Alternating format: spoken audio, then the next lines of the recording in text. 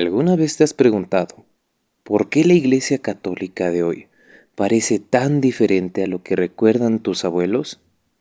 ¿Por qué la fe parece haberse diluido, los templos vacíos y la moral cristiana olvidada? Hoy vamos a desentrañar una verdad incómoda, pero necesaria. El modernismo no es la Iglesia Católica, y entender esto es el primer paso para encontrar la verdadera fe y la paz de Cristo. Pero, ¿qué es el modernismo? Para entender el problema, debemos ir a la raíz. En 1907, Su Santidad el Papa San Pío X, con una sabiduría profética, identificó y condenó esta corriente de pensamiento que llamó modernismo. En su encíclica Paz Cendi Dominici Gregis, la definió como la síntesis de todas las herejías. San Pío X nos advirtió que el modernismo, bajo la apariencia de renovar la fe, en realidad buscaba destruirla desde dentro, cambiando su doctrina, su moral y su culto para adaptarlos al mundo moderno. Lo que vemos hoy en muchas de las estructuras físicas que antes fueron parte de la Iglesia Católica, estos son templos convertidos en circos de espectáculos, parroquias donde reina la irreverencia, santuarios despojados de su sacralidad. Todo esto ya había sido proféticamente condenado por la Santa Madre Iglesia Católica. El modernismo rebaja la vocación sacerdotal a una carrera más, como cualquier otra profesión, despojándola de su carácter sagrado y sobrenatural. También vemos la herejía de la democratización de la Iglesia, o sea, lo que se llama la herejía de la escolaridad de la Iglesia, o lo que hoy es lo mismo que conoce mucha gente, el sinodalismo, la Iglesia sinodal. ¿Y qué es esto de la Iglesia sinodal? Es una manera de detestar la jerarquía católica y la autoridad divinamente instituida. Sin embargo, no se desprecian los privilegios que venían con ella. Es decir, se quedaron con los títulos, con las ropas, con los santuarios, con el poder adquisitivo y el poder de la Iglesia.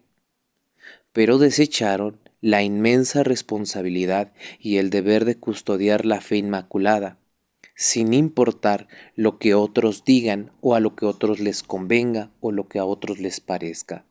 Hacer esto es alejarnos completamente del Evangelio de Cristo, porque uno de los principios, sobre todo de la Iglesia Católica, es que nosotros nos convertimos a Cristo, no es Cristo que se convierte a nosotros. Esta infiltración modernista culminó en el conciliábulo herético satánico apóstata Vaticano II de 1962, concluido en 1965. Sus 16 documentos, como son Sacrosanctum Concilium, Dei Verbum, Lumen Gentium, los cuales son constituciones dogmáticas, introdujeron errores graves y condenados por la Santa Madre Iglesia Católica. En primer lugar, promovieron un sincretismo religioso y un relativismo que afirma que todas las religiones son caminos válidos hacia Dios, y una libertad religiosa que contradice la doctrina católica sobre la única verdad. Esto afectó sustancialmente la doctrina oficial de lo que hoy conocemos como el Vaticano, ya que en 1990 todo lo expresamente enseñado por el conciliábulo herético satánico apóstata Vaticano II se introdujo oficialmente en el catecismo herético de la Iglesia Católica, o de la usurpadora, de la farsante que se hace pasar por Iglesia Católica. Aquí hay un principio que nosotros debemos de destrozar y al mismo tiempo desmentir.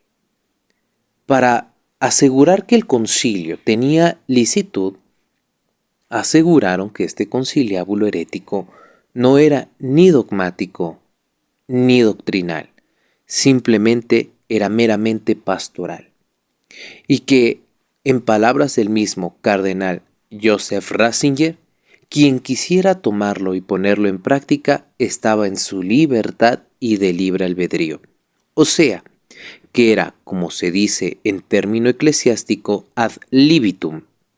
Sin embargo, podemos observar que en la práctica, a diferencia que lo que se lee tan bonito en los documentos, el conciliábulo es la síntesis, la reunión, la unificación de todas las herejías, y que este es obligatorio, no era, no será, es obligatorio para todos los modernistas escucharlo, seguirlo y obedecerlo.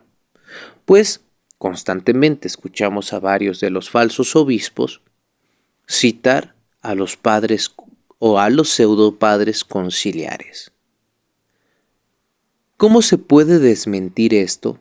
¿Cómo podemos destrozar esta falacia de que el conciliábulo solamente fue pastoral y no dogmático?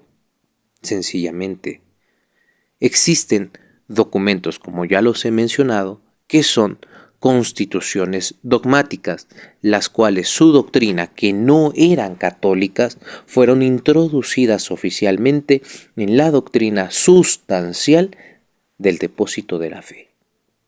Pero, salvaguardándonos de todo error, nosotros, como católicos, tenemos la conciencia y tenemos, concernientemente, la seguridad de que ellos ya no son católicos, por una sencilla razón, que la doctrina cristiana no puede ser cambiada, mucho menos en lo sustancial. Una prueba clara de este alejamiento de la fe son los usurpadores que han ocupado la cátedra de San Pedro, desde Juan XXIII, en la muerte de su santidad el Papa Pío XII en 1958. Demos un paseo y analicemos a cada uno de los supuestos usurpadores o de los supuestos ocupantes a la cátedra de San Pedro. Al primero que encontramos después de su santidad el Papa Pío XII es al hereje masón Angelo Giuseppe Roncalli, quien tomó el nombre de Juan XXIII y el que la masonería misma dio el nombre del Papa Bueno. Inició este camino con su unión con herejes, paganos y masones, dando inicio a una nueva era de apostasía silenciosa, como nosotros lo podemos leer en el periódico de aquella fecha, donde se felicitaba al cardenal Angelo Giuseppe Roncalli porque ya tenían a un papa con su mismo pensamiento. De hecho, en la Gran Logia de México no solamente se felicitó, sino que también se mandó a leer dos documentos heréticos masónicos de Angelo Giuseppe Roncalli, llamado 1. Mater et Magistra, o sea, Madre y Maestra, y el otro documento que se llama Paz en la Tierra. Con ello nosotros podemos observar no solamente que tenía las ideologías, simpatizaba con las ideologías heréticas de la masonería, condenados por su santidad el Papa Clemente II y su santidad el Papa Benedicto XIV, sino que también él pertenecía a la masonería. Esto es una evidencia clara de que él no era católico. Su sucesor, otro masón hereje, fue Giovanni Battista Montini, quien tomó el nombre de Pablo VI. Este personaje hizo reformas heréticas e ilícitas sobre los sacramentos, especialmente en la misa. Jean Guiton, un íntimo amigo de Pablo VI, escribió que la intención de Pablo VI al reformar la misa era de limpiarla, mitigarla y quitarle lo muy católica en lo tradicional, en el aspecto tradicional a la misa. Era un sentido ecuménico para que los protestantes pudieran también participar de esta supuesta nueva misa. Sin embargo, todo esto se empezó a aplicar en las parroquias bajo el pretexto de dos cosas. La primera, una participación más activa de los fieles, y la segunda, porque la gente no entendía el latín. Sin embargo, podemos nosotros también destrozar y desmontar esta falacia con un sencillo ejemplo. A más de 60 años después de haber cambiado no solamente la misa, sino todos los sacramentos, el fruto no ha sido otro que la destrucción del catolicismo a nivel mundial. Podemos observar cómo los templos se han convertido en cuevas de ladrones, donde se mercantiliza la fe a diestra y siniestra. Se han convertido los sacerdotes, los frailes, los religiosos y las religiosas en una burla para la fe. La nueva misa, o Novus Ordo, es una copia también descarada, y esto hay que ser puntual para marcarlo. La nueva misa, o Novus Ordo, es una copia descarada de la que creó el hereje Thomas Grabner en 1549 para la Iglesia Protestante Anglicana. Y tiene un origen claro en las ideas de Martín Lutero. Si comparamos la nueva misa y la liturgia protestante, es imposible diferenciarlas, pues son casi idénticas. A la muerte de Pablo VI, le sucede Albino Luciani, mejor conocido como Juan Pablo I. Aunque, como cardenal, fue un acérrimo hereje. Cuando asumió el cargo de antipapa, una sola expresión, esto es, su deseo de regresar a lo que hacía la Iglesia antes del conciliábulo herético satánico apóstata Vaticano II y abrogar las reformas de Pablo VI, le costó la vida. La masonería y los modernistas lo dejaron vivir solo 33 días en su antipontificado.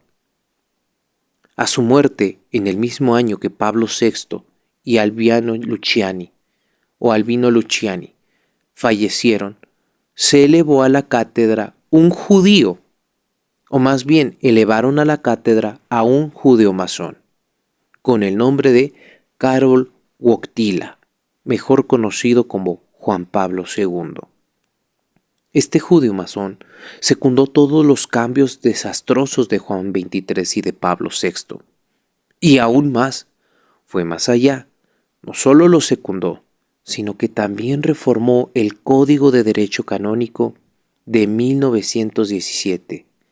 Este lo reformó en 1983 para adaptarlo a la nueva teología y a las nuevas ideologías cambiantes y modernas dentro del Vaticano. Fue un acérrimo perseguidor de los católicos, que aún en Roma permanecían fieles a la tradición, llegando a excomulgar en 1986 al arzobispo Marcel Lefebvre. A él se le debe la invención de los ministros extraordinarios de la Eucaristía y la promoción de la renovación carismática, la cual nace directamente de las sectas protestantes pentecostales. A esta secta de la renovación carismática, si le quitamos las imágenes católicas de sus cultos, ¿qué es lo que quedaría? Simplemente protestantes disfrazados de católicos. Joseph Ratzinger, quien también tomó el nombre de Benedicto XVI, fue el sucesor del hereje de Juan Pablo II. Otro hereje acérrimo.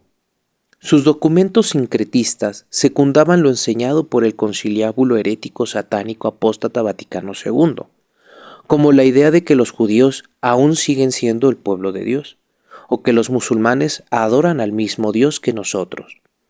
Este presunto personaje tuvo que renunciar, pues su conciencia, al intentar engañar a los católicos con su motu propio, que daba una supuesta licitud a la celebración de la misa tridentina, prohibida en la práctica, no con documentos oficiales por sus predecesores herejes, sino en la práctica con los predecesores y los obispos unidos a ellos, lo que llevó a una situación insostenible para él, que lo obligó a renunciar.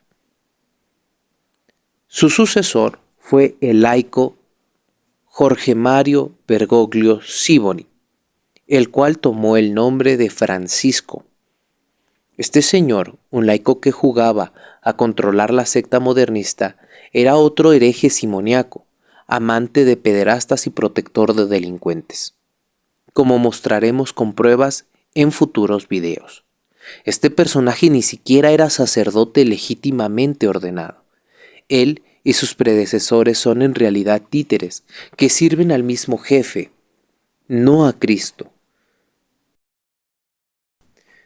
Es de vital importancia entender que todo lo que hicieron estos personajes y que están haciendo y que seguirán haciendo ha sido condenado por la Santa Madre Iglesia Católica a perpetuidad.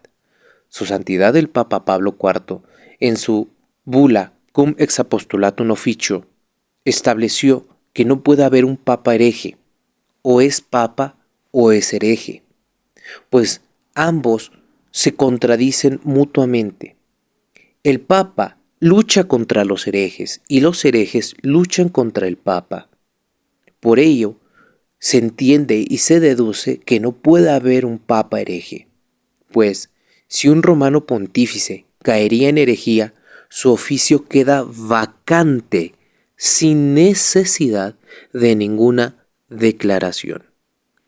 El Código de Derecho Canónico de 1917, fundamentado en lo enseñado por su Santidad el Papa Pablo IV, en su Canon 188, párrafo 4, dice claramente: cualquier oficio, esto incluye el de romano pontífice, queda vacante por renuncia tácita aceptada por el mismo derecho y sin necesidad de ninguna declaración, si el clérigo apostatara públicamente de la fe, es decir, si se vuelve un hereje formal o por obra.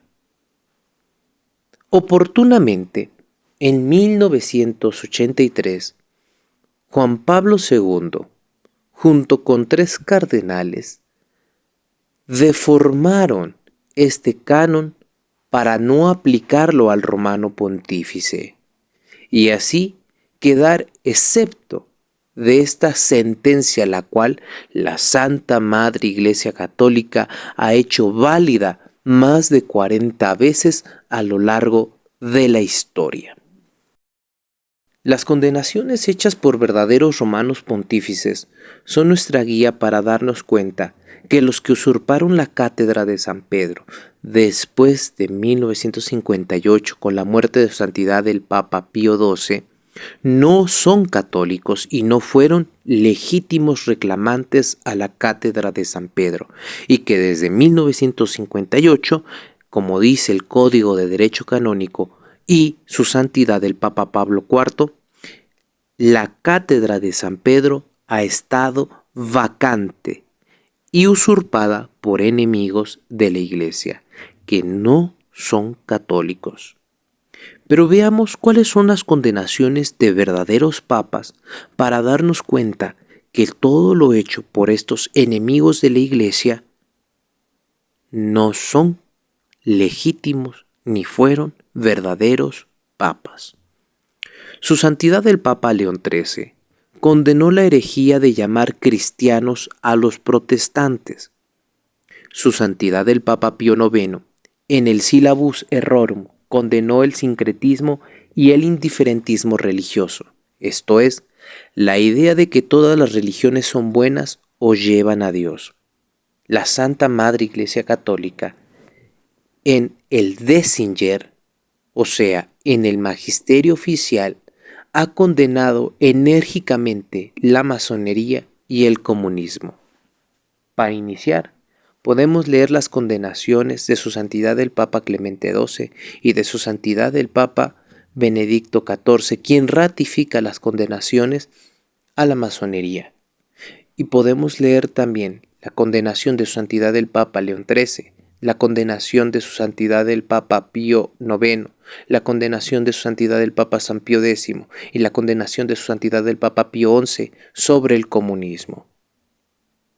Existe una cortante prohibición de la Iglesia de que nadie de sus miembros, incluyendo el romano pontífice, pueda rezar con acatólicos, o sea, podamos unirnos a ellos públicamente.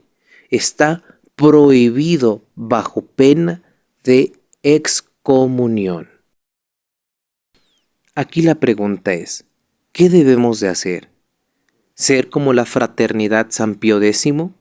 ¿Ser como los de la tesis Casichiacum, los cuales pretenden tener un tipo de comunión plena sin reconocimiento del oficio formal del romano pontífice? ¿Eso es lo que deberíamos hacer? ¿O qué es lo que deberíamos hacer? La respuesta es sencilla. Si la cátedra de San Pedro está vacante y se demuestra que estos personajes son herejes contumaces, herejes formales, herejes, sencillamente no podemos estar en comunión con ellos. Pues como dice aquel principio teológico inquebrantable, el que está en comunión con un hereje, ese también es un hereje. Esto que hemos visto hoy es solo la punta del iceberg. La verdad es vasta y profunda, pero necesaria para quienes buscan la verdadera fe y la salvación de sus almas.